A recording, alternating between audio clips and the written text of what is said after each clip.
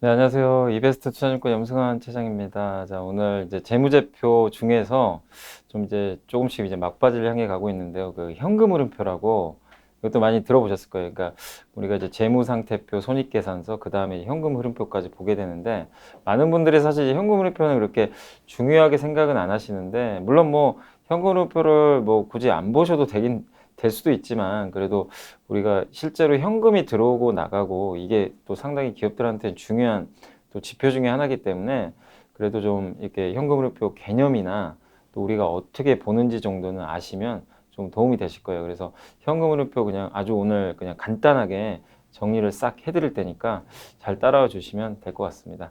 자, 현금 흐름표는 말 그대로 그냥 현금이 들어오고 나가고 이것만을 나타내는 거예요. 그러니까 회사에 현금이 내가 뭐 어디서 뭐 돈을 빌렸다. 돈을 빌렸잖아요. 그럼 그 돈이 우리로 들어오는 거죠. 그럼 빌렸다는 개념에서는 이거 좀 뭐 그러니까 약간 마이너스 개념으로 생각할 수도 있겠지만 어쨌든 내가 돈을 빌린 거는 현금이 나한테 들어오는 거기 때문에 무조건 플러스가 됩니다. 그리고 내가 뭐 어디다 지출을 했다. 그럼 마이너스죠. 그러니까 그런 이제 현금만 가지고 이렇게 나타내는 그런 표라고 생각하시면 될 것 같고 여기 뭐 정의를 간단하게 적여놨는데 제품 판매, 투자, 재무 활동을 통해 기업의 그 현금이 늘어났느냐, 감소했느냐를 판단하는 그런 지표로, 그러니까 핵심은 이거예요. 현금의 유입과 유출 여무반을 나타낸다.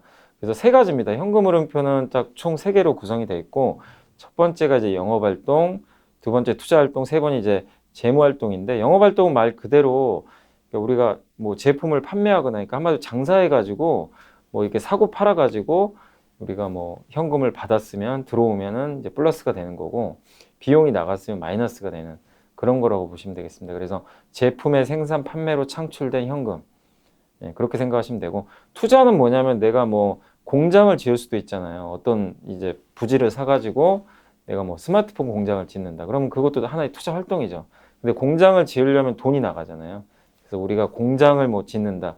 유형자산에 투자한다고 하는데 그런 이제 유형자산에 투자할 때 돈이 나가기 때문에 마이너스로 표시를 해줍니다.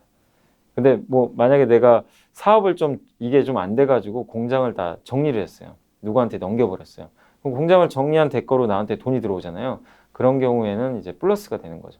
현금이 들어오고 마지막으로 재무활동은 이제 금융기관을 통해서 현금의 유입과 유출이 된 걸 나타내는데 뭐 말 그대로 내가 뭐 은행 가서 돈을 차입을 했다.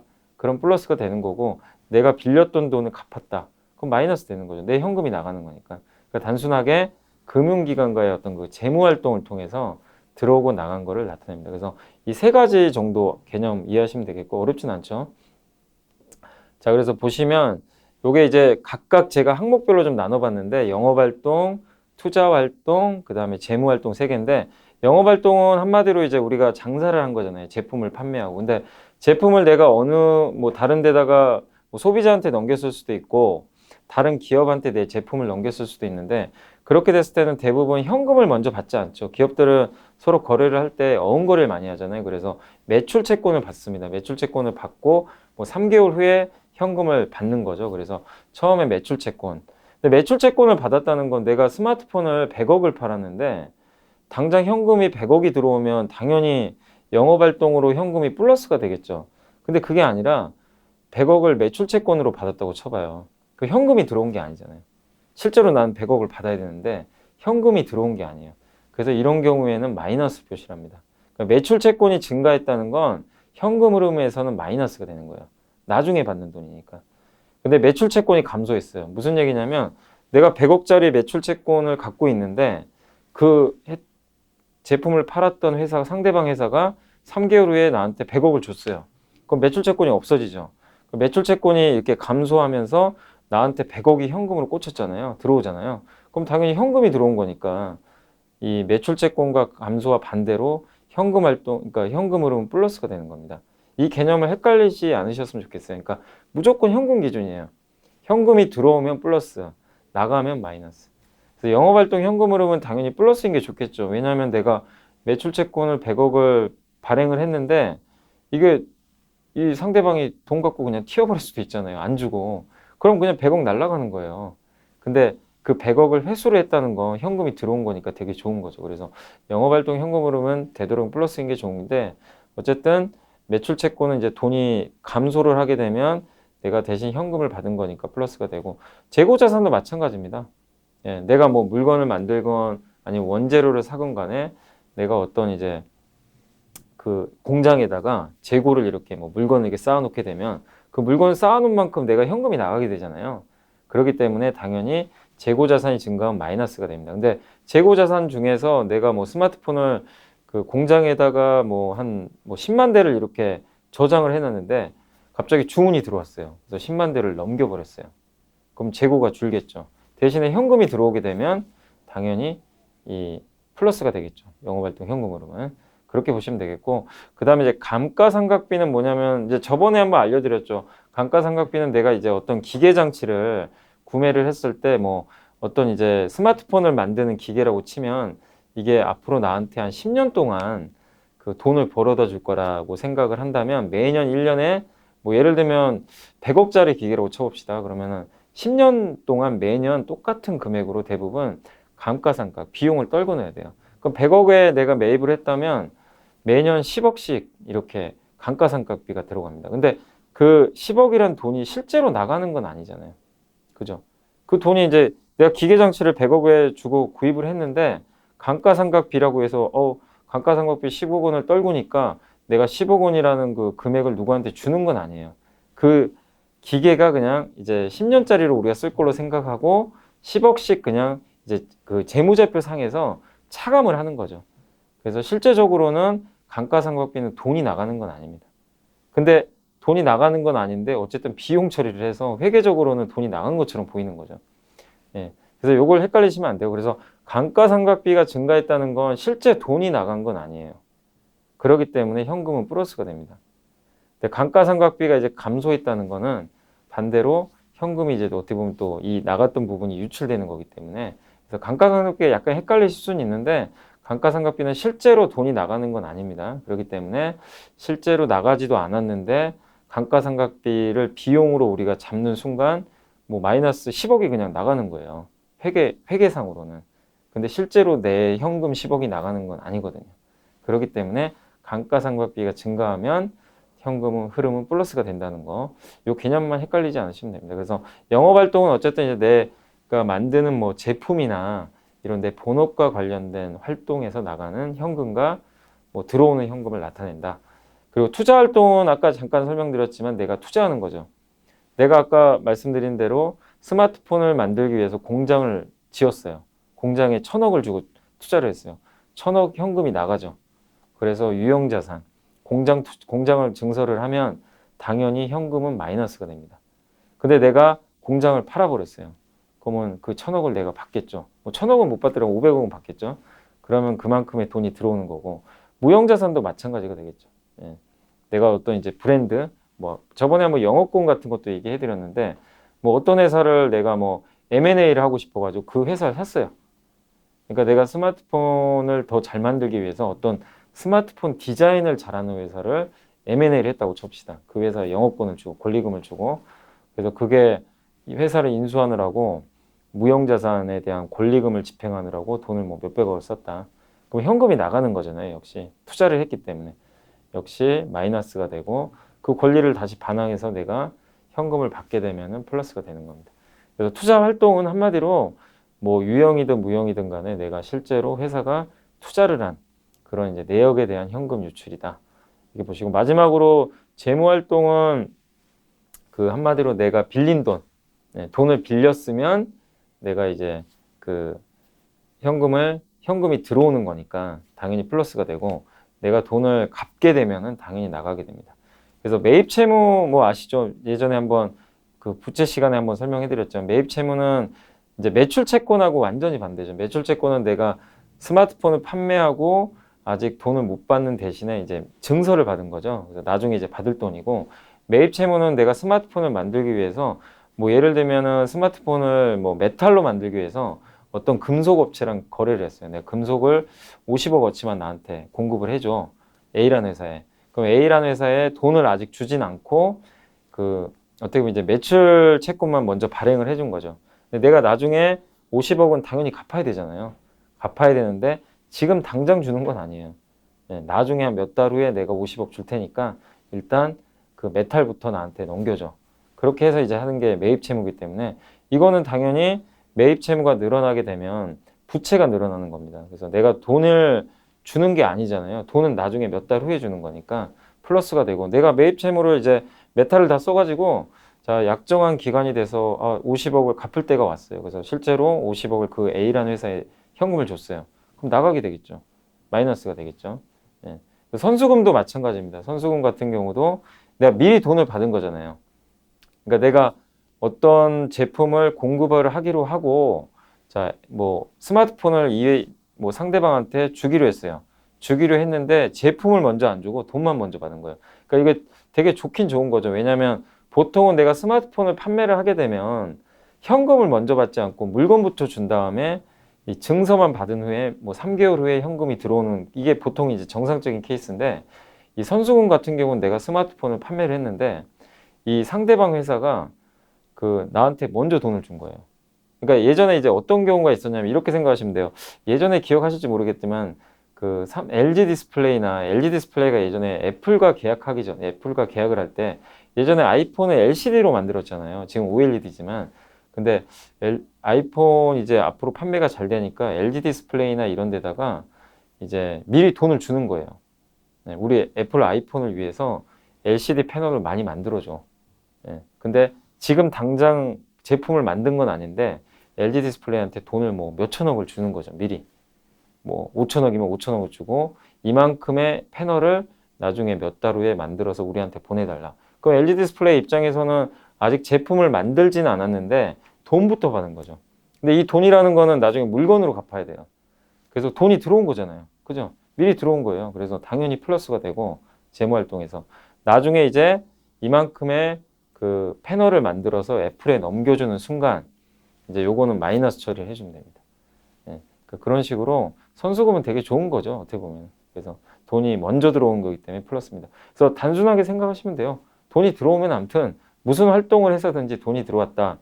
그러면 플러스, 그 다음에 돈이 나가면 무조건 마이너스다. 이렇게 이해를 해주시면 될 것 같습니다. 자, 그래서 이게 이제 가장 핵심인데 현금 흐름표로 이제 우리가 우량주를 골라내는 방법이에요. 그래서 이걸 너무 외우지 마세요. 그냥 상식적으로 생각하시면 돼요. 자, 먼저 보면 제가 이제 현금 흐름 위에 딱 적어 놓고 영업활동, 투자활동, 재무활동 세 개잖아요. 이 세 개인데 보시면 첫 번째가 가장 우량한 기업입니다. 무슨 얘기냐면 영업활동을 통해서는 플러스가 그러니까 내가 뭐 스마트폰을 판매를 하건 뭐 내가 치킨을 판매를 하건 간에 내가 하고 있는 사업을 통해서 현금이 들어오는 거죠. 예, 그러니까 뭐 매출 채권이라든가 이런 데서 상대방이 나한테 돈을 꼬박꼬박 준다든가 어쨌든 내가 판매한 영업활동을 통해서 돈이 꼬박꼬박 잘 들어오고 있다. 이런 경우 이제 영업활동 현금 흐름이 플러스라고 하는데 이건 당연히 플러스가 돼야 됩니다. 내가 제품을 판매하고 영업활동을 했는데 이게 마이너스란 얘기는 내가 판매를 한 건 좋은데 현금이 지금 유입이 안 된다는 얘기예요. 어디서 뭐가 막혀가지고 아니면 부실 거래처가 있을 수도 있고 그래서 반드시 영업활동 플러스가 돼야 되고 두 번째 투자활동은 마이너스인 게 좋아요. 왜냐하면 회사는 뭐 너무 많이 계속 투자하면 좀 비용 부담이 있을 수 있지만 우리나라 기업들 같은 경우는 제조회사가 많잖아요. 이런 기업들이 지금 만약에 장사가 안 돼요. 그럼 회사가 공장도 증설을 안 할 거고 계속 정체되겠죠. 근데 아까 뭐 애플 얘기 말씀드렸지만 애플이 너무 판매가 잘 되니까 LG 디스플레이한테 요청을 해요. LG 디스플레이 입장에서는 투자를 해야 됩니다. 공장은 더 늘려야 돼요. 그만큼 전방 산업이 좋다는 얘기예요. 그래서 투자 활동도 마이너스가 일단 좋아요. 성장하는 기업들은 계속 투자를 해야 되니까 뭐 R&D가 됐건 공장을 짓건 간에 투자 활동 한다는 건 좋은 겁니다. 회사가 성장은. 그래서 투자 활동은 되도록 마이너스인 게 좋고 재무 활동도 당연히 마이너스가 돼야죠. 왜냐하면 재무 활동이라는 건 내가 돈을 빌리는 거잖아요. 그러니까 재무 활동이 플러스라는 얘기는 내가 은행 가서 돈을 빌리는 경우가 많죠. 그러니까 재무 활동이 이 마이너스라는 얘기는 무슨 얘기예요? 반대로 내가 돈을 갚는다는 얘기죠. 내가 장사를 잘해서 영업활동 현금 흐름이 플러스가 돼가지고 재무활동, 돈이 잘 벌려서 은행한테 빌린 돈을 갚는다. 재무활동이 마이너스다. 내가 빌린 돈을 갚는 거죠. 그래서 요거는 마이너스고 좋아요. 그래서 이거를 우리가 가장 좋은 기업이라고 합니다. 그래서 영업활동 현금 흐름 플러스, 투자는 마이너스, 재무는 마이너스. 뭐 굳이 외우지 마시고 이 개념만 잘 이해를 해주시면 좋을 것 같아요. 두 번째는 영업활동 현금 흐름은 플러스인데 투자 활동도 마이너스예요. 그러니까 투자는 계속해요. 근데 투자를 하는데 회사가 돈이 지금 너무 없어요. 재무적으로는 압박이 심해요.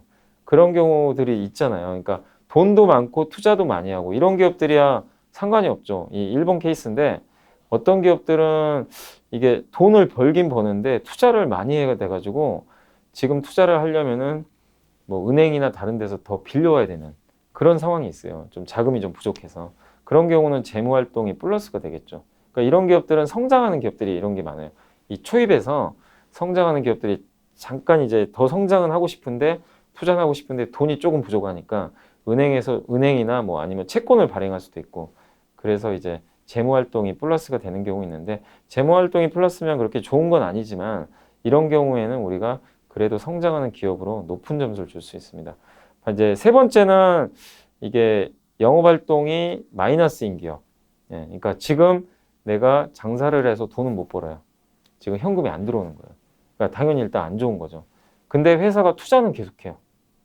예, 이게 투자 활동이 마이너스인 얘기는 어쨌든 뭔가 전반 산업이 좋건 이래가지고 계속 투자는 하고 있는 겁니다. 회사가 성장을 하기 위해서. 근데 돈이 없으니까 당연히 빌리는 거예요. 어디서. 그러니까 이런 기업들은 적자 기업이 되게 많아요. 적자 기업 중에서 이렇게 터닝하는 기업들이 있죠. 그런 기업들 되게 많잖아요. 요즘에 반도체 회사들 잘 가고 뭐 스마트폰도 잘 가는데 한참 업황이 안 좋을 때 이런 기업들이 되게 많아요. 적자 난 기업들. 그러니까 적자 난 기업들 재무제표가 현금 흐름표가 이런 게 되게 많습니다. 그래서 우리가 이런 기업들을 흔히 턴어라운드라고 하는데 어쨌든 영업 활동은 적자지만 마이너스지만 투자는 꾸준히 하고 있고 부족하니까 돈을 좀 빌리고 이런 경우 물론 리스크는 아직은 있지만 턴어라운드가 좀 보이는 그런 기업입니다. 그래서 별 1개 드렸고 마지막이 제일 안 좋은 거예요. 회사가 돈을 못 벌어요. 근데 투자 활동이 플러스라는 얘기예요. 뭐예요? 이게 뭐 사업 안 하겠다는 거죠. 그냥 공장 정리하고 기존에 있던 거 처분하고. 그러니까 이런 것들이 일시적이면 상관없어요. 뭐 잠깐 한 개 분기 정도 이러면 상관없는데 이게 계속 이어지면은 이거는 되게 안 좋은 겁니다. 그래서 장사에서도 돈을 못 벌고 투자 활동도 지금 플러스라는 얘기는 공장 있던 거 팔아서 정리하고 있다는 얘기죠. 그리고 재무 활동. 돈이 없으니까 이거 빌려가지고 공장이라도 그러니까 이 3번 같은 경우는 돈이 없으니까 돈 빌려서 공장이라도 짓는 거잖아요. 근데 이거 얘는 이 4번 네 번째는 그런 것도 안 해요. 공장 있는 거마저 다 정리하고 그마저 부족하니까 또 빌리고 악순환의 반복이죠. 그래서 이 영업 활동이 마이너스고 투자 재무가 플러스인 기업은 거의 최악입니다. 이런 기업은 좀 피하셔야 돼요. 그래서 부실 기업이 이런 게 되게 많아요.